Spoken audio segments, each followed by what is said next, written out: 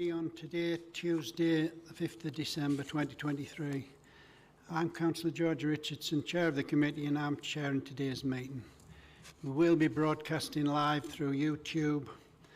Before we start the meeting, can I ask everybody to put their mobile phones or devices on silent, please, and put your microphone on when you're asked to speak.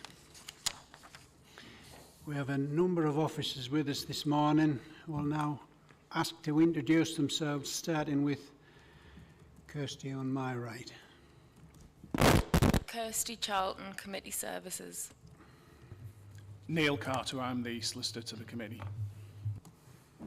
Stephen Reid, Planning Manager, Chair. Callum Harvey, Senior Planning Officer. Claire Teasdale, Principal Planning Officer.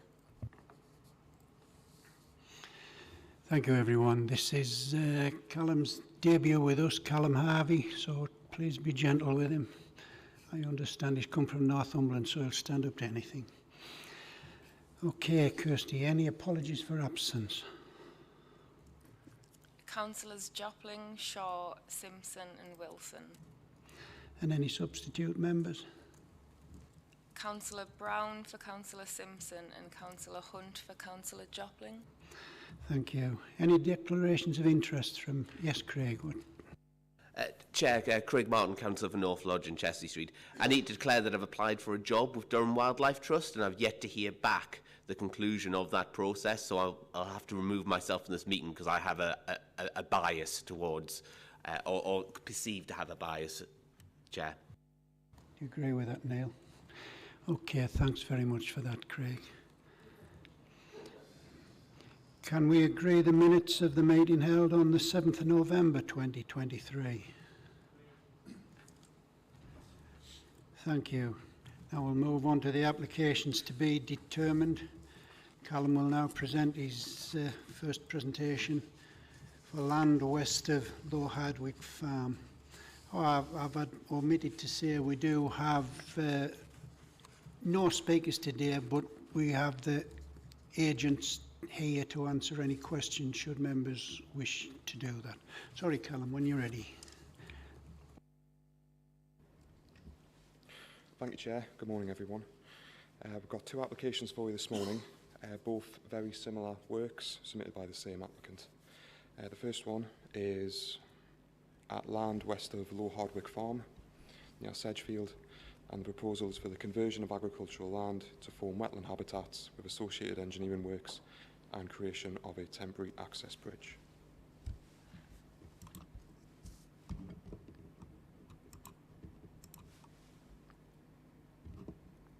Oh, apologies, Chair.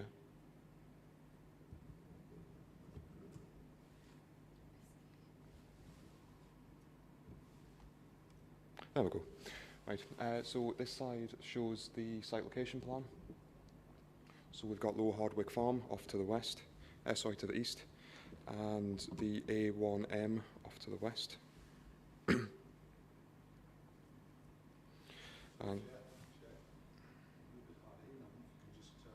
yeah, apologies. And this is an aerial photograph showing the site. So off to the east, we've got the settlement of Sedgefield, with Low Hardwick Farm in between. We've got the A1M to the west and agricultural fields to the north, west and south of the site.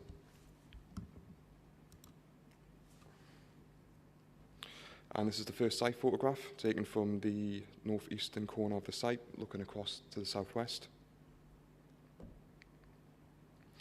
And another site photo from the centre of the site looking southwest toward the proposed compound and temporary access bridge. So, as shown by the photographs, it's currently an open field. So this is the proposed overall site plan. It's split into some separate phases. So this is phases 1 and 3, also including the access bridge in the southeast corner here, with a temporary site compound as well. So this proposal is seeking permission for 10 scrapes. and this is the second phase off in the northeast corner of the site. This is a typical section of the scrapes, just showing the depth, and the proposal does intend to provide some planting around the edges of the scrapes. And this is some drawings of the proposed temporary access bridge. So the intention is to remove this once the works are completed. The construction period is going to be around about 8 weeks. So just a summary of the consultee responses and the representations. So there's been no objections from statutory consultees, subject to a condition recommended by the Environment Agency relating to the construction method. There's been no objections from internal consultees, subject to recommended conditions in the interest of biodiversity. There's also been no representations received from the public. So just to summarise the relevant considerations, the site is within the open countryside and it does comprise agricultural fields, but they are not best and most versatile land as defined by the NPPF. Therefore, it's considered that the proposal would not lead to an unacceptable loss of agricultural land. The proposal would create wetland habitat adjacent to a watercourse on land that is already prone to flooding. The proposal would also deliver a 300% biodiversity net gain and would not interfere with protected species. So that's quite a significant biodiversity net gain. The proposal broadly accords with the County Durham Plan and with the Sedgefield Neighbourhood Plan. And as set out in the officer report, the impacts of this proposal are considered acceptable. So just to wrap up, Chair, officers are recommending that members grant planning permission subject to the conditions at the bottom of the officer report. Thank you for that, Callum. Did you hear everything, David?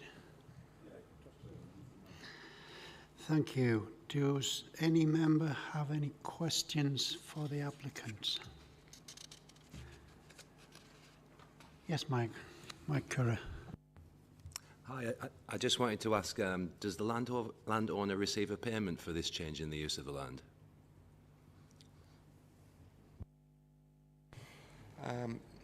I'm not sure, but the applicant is here today, if he wants to answer the question. The land is currently largely leased from Durham County Council, so that Durham County Council are partners in a wider project, which this is a phase of, and the intention from the Wildlife Trust and the county for offering up the land was to achieve the wildlife benefit. But does the landowner get any payment for it? That was the question. There's no payment received for the change of use, no. Thank you very much. Any further questions or any questions for Callum? I guess we go straight into the debate then. Who would like to go first? Jonathan, we talked about you. We thought this would be right up your street. Well, you're quite right. It is right up my street. And I think that it's just delightful to come to a county planning committee meeting where this is the subject of the agenda. That's the first thing to say, because so often we're looking at very different types of application. This is all about doing the right thing with the landscape. It's a fantastic application, and it's all about restoring that area of landscape to how it historically would have appeared. And I don't know whether people are aware that area of Skerne lowlands within the county has been artificially drained for, I don't know, more than 100 years. So the water table has been lowered. And this project is part of a much wider project that aims to try and restore some of the traditional wetland appearance of that landscape. In so doing, it will return an area of fen vegetation, and lowland fenland habitat is also extremely rare in the North East region because of the extent of land drainage that's taken place. And we have very few small examples at the moment, one at Ferryhill Cars, for example. So this is an effort to return that sort of native habitat to the area, simply by changing water levels, really, and recreating those wetland areas. I think it's going to be really fascinating to see how species naturally return to the area. I appreciate there's going to be some element of replanting, but it's going to be fascinating to see how plants and animals naturally recolonise the area, because it'll give us an understanding as to how resilient these natural systems actually are, how quickly they can restore themselves given the opportunity. These are all really vital lessons for us to learn, especially as we move forwards. The fact is the Council's just declared an ecological emergency, and we've now pulled together an ecological emergency response plan. So restoring habitat, putting it back, restoring the functionality of natural systems is, in my view, a wholly positive thing. I also am interested in the business plan, you know, the sort of revenue model. So it would be interesting to understand more about that. But I assume if it's going to be managed by the Wildlife Trust, it'll be based on a membership model. So that potentially is the way forwards for that. So I'd absolutely take great pleasure in approving the officer's recommendation to give approval to this application. I move that we do that. Thank you, Jonathan. Elizabeth Brown, please. Or Liz, as she's better known. Thank you, Chair. Liz Brown, Councillor for Neville's Cross. I'm almost as thrilled as Jonathan about this, and I take even more pleasure in seconding it because it's on a floodplain. It's poor and moderate agricultural land as per paragraph 174 of the NPPF. And it's 35 hectares that's been given back to wildlife. I couldn't be more pleased. Thank you. Thank you very much, Liz. Jim Atkinson, please.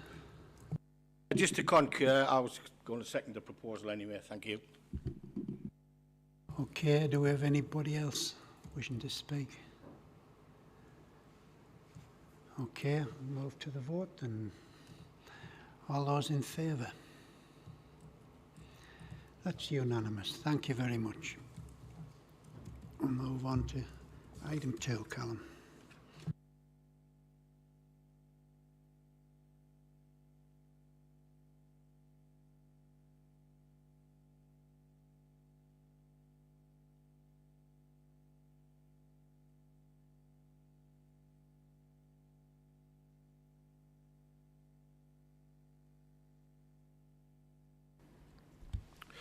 Thank you, Chair. So second application, again, very similar works. For this one, there's no proposed temporary access bridge. Different site. This one is land northeast of Ricknell Grange Farm, Ricknell Lane at Preston Liskearn. So again, site location plan. So this site is flanked to the west by the A1 and to the east by the East Coast Main Line, with agricultural fields to the north and south. This one's an aerial photograph. So again, showing the A1 to the west, you've got the eastern edge of Newton Aycliffe, just further west of there. And some site photographs, just showing that the land is already pretty boggy. And it is in flood zone 3B, so it is prone to flooding. And another photograph looking east along the southern boundary towards the railway. So another proposed overall site plan, again split into different phases. So for this scheme, there's 3 basins and a number of channels proposed. This is the northern end of the site, and the southern end,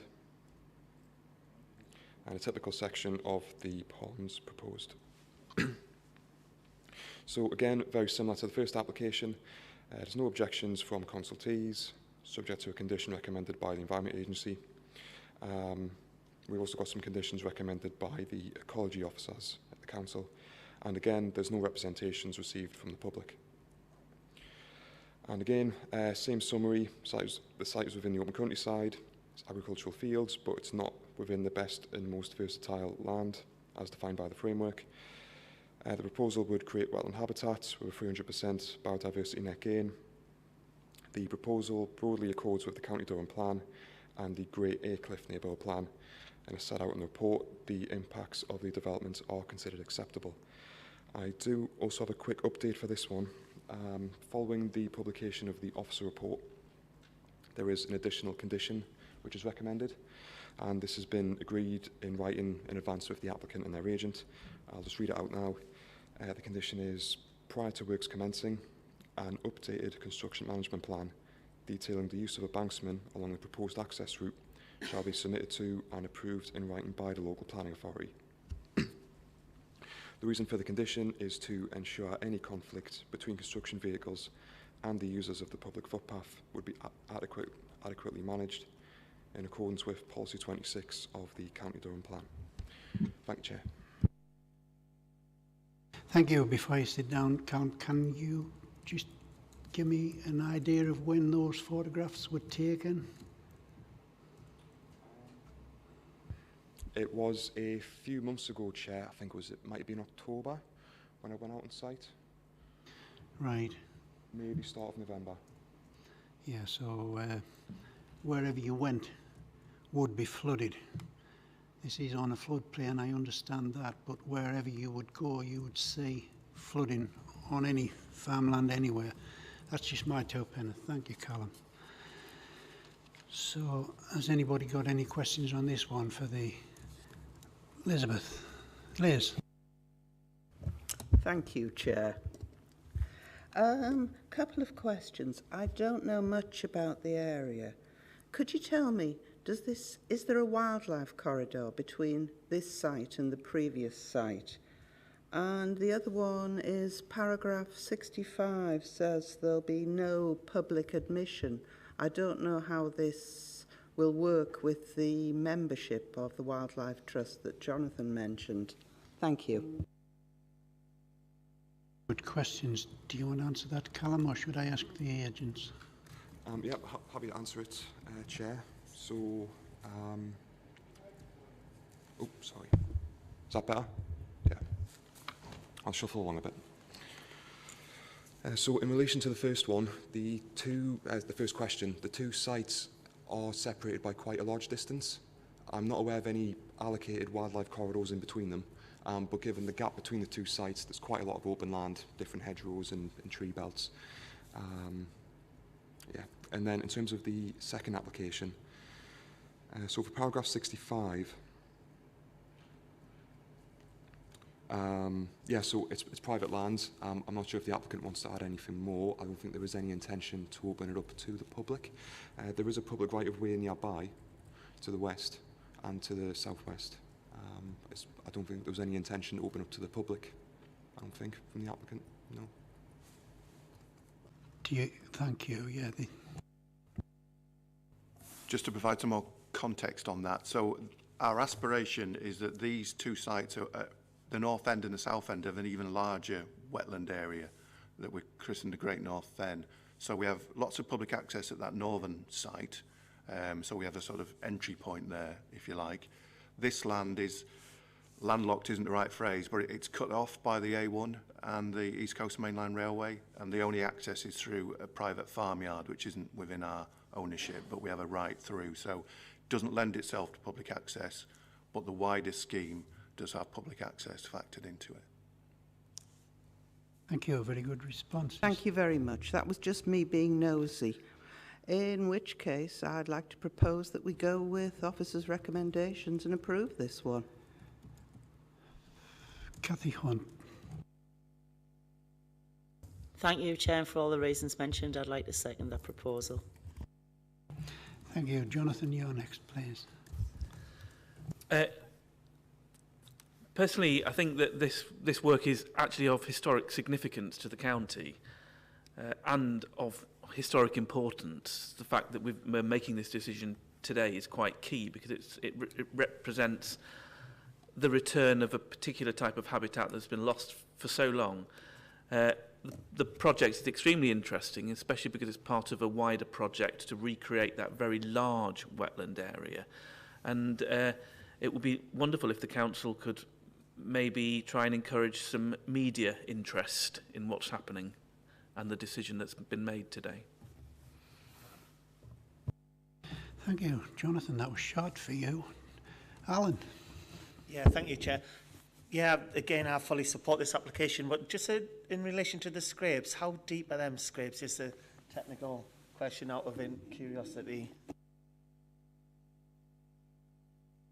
So the maximum depth is 50 centimetres, so they're really quite shallow, and they're done that way because particularly to attract bird interest.